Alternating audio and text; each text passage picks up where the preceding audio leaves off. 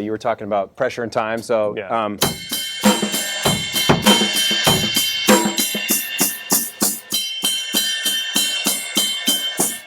It's pretty obnoxious groove. But it's infectious, man. I mean, it's an earworm for sure.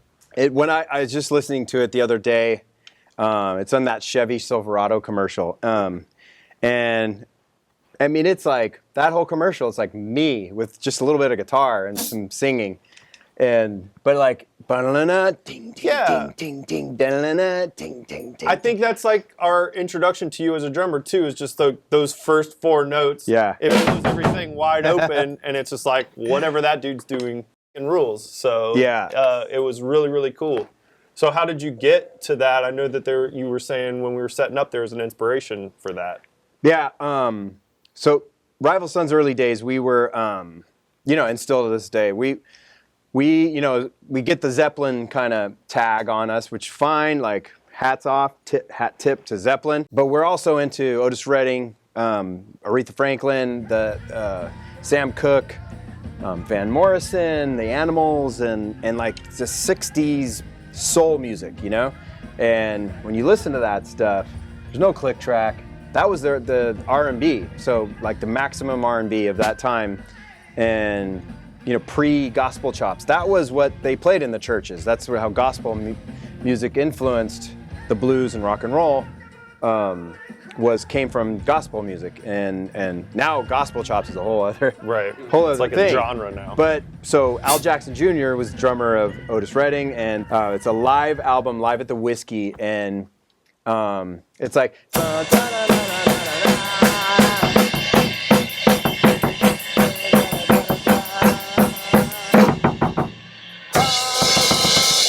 so every song, it was almost, you could hear Otis cueing the drummer. And so like out of thin air, he'd go, bam, they'd do the cadenza at the end. And so like every song in the album has this thing that he did. And so Pressure and Time, I didn't like it when we were first recording it. I just thought, I was like, it's too simple. I like simple riffs, but like da-da-da-da.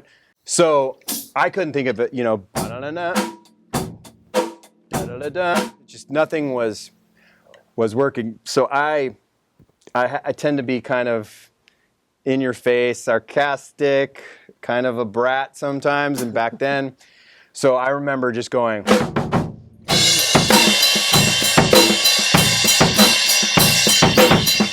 And so I just I was playing as hard and heavy and loud and obnoxious as I could. And Dave Cobb comes running out of the control room. He's like, "That's it. Keep doing that. We're rolling tape. Guys, play with him." And and I'm like, "Oh, fuck." Yeah. And now it's like one of those songs we play every night. Yeah, you got to play it for the rest of your life. You got to play it for the rest of my life. It's like the Energizer bunny or the monkey with the cymbals, So I sort of backed myself because I'm not like Ginger Baker, but I fancy myself more of jazz, a schooled drummer, and that is like the epitome of not jazz. Well, I mean, if you listen to Billy Cobham and Tony Williams and stuff, those guys played aggressively, and there's something that, I play a lot of ghost notes. The part I'm playing is pretty much Give It Up or Turn It Loose meets Dave Garibaldi, because I'm playing a lot of like the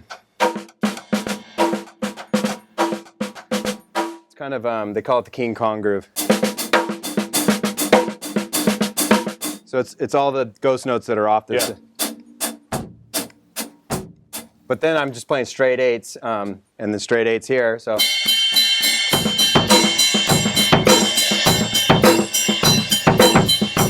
probably faster than the album, but, and then I made it a 4-bar phrase.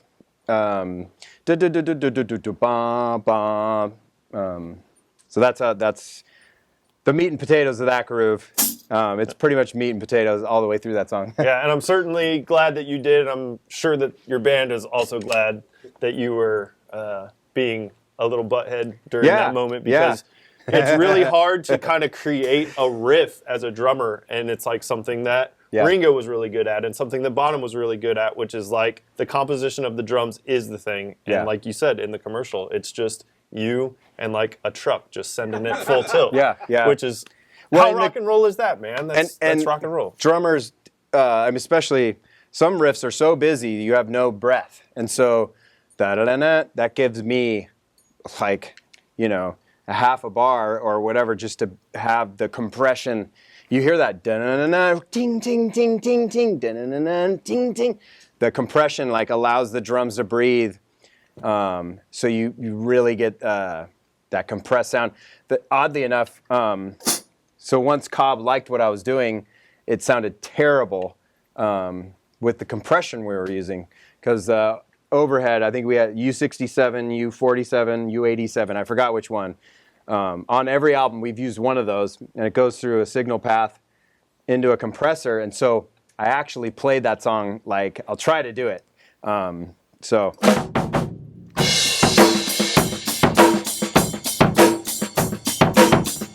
they're barely hitting this thing.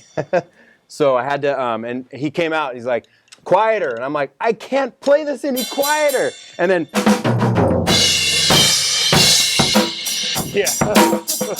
it was really hard to play. So what you hear on the album is me just going, which is not how it sounds. And then you have to, you still have to stick all of the, because the compression, you want to get the compression to pick up this, and this.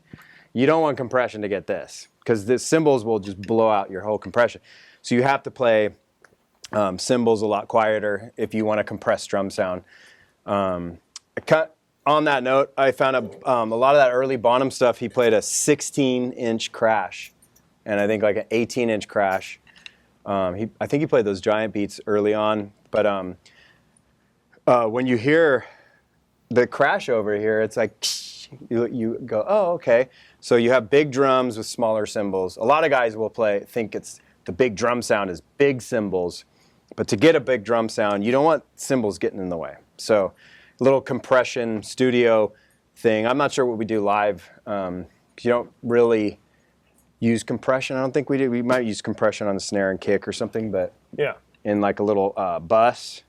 But for the most part, our live drum sound is just what you hear through the overheads with a little bit of, we're pretty much flat EQ. The drums are the sound you hear in the audience is pretty much the sound we're making up here.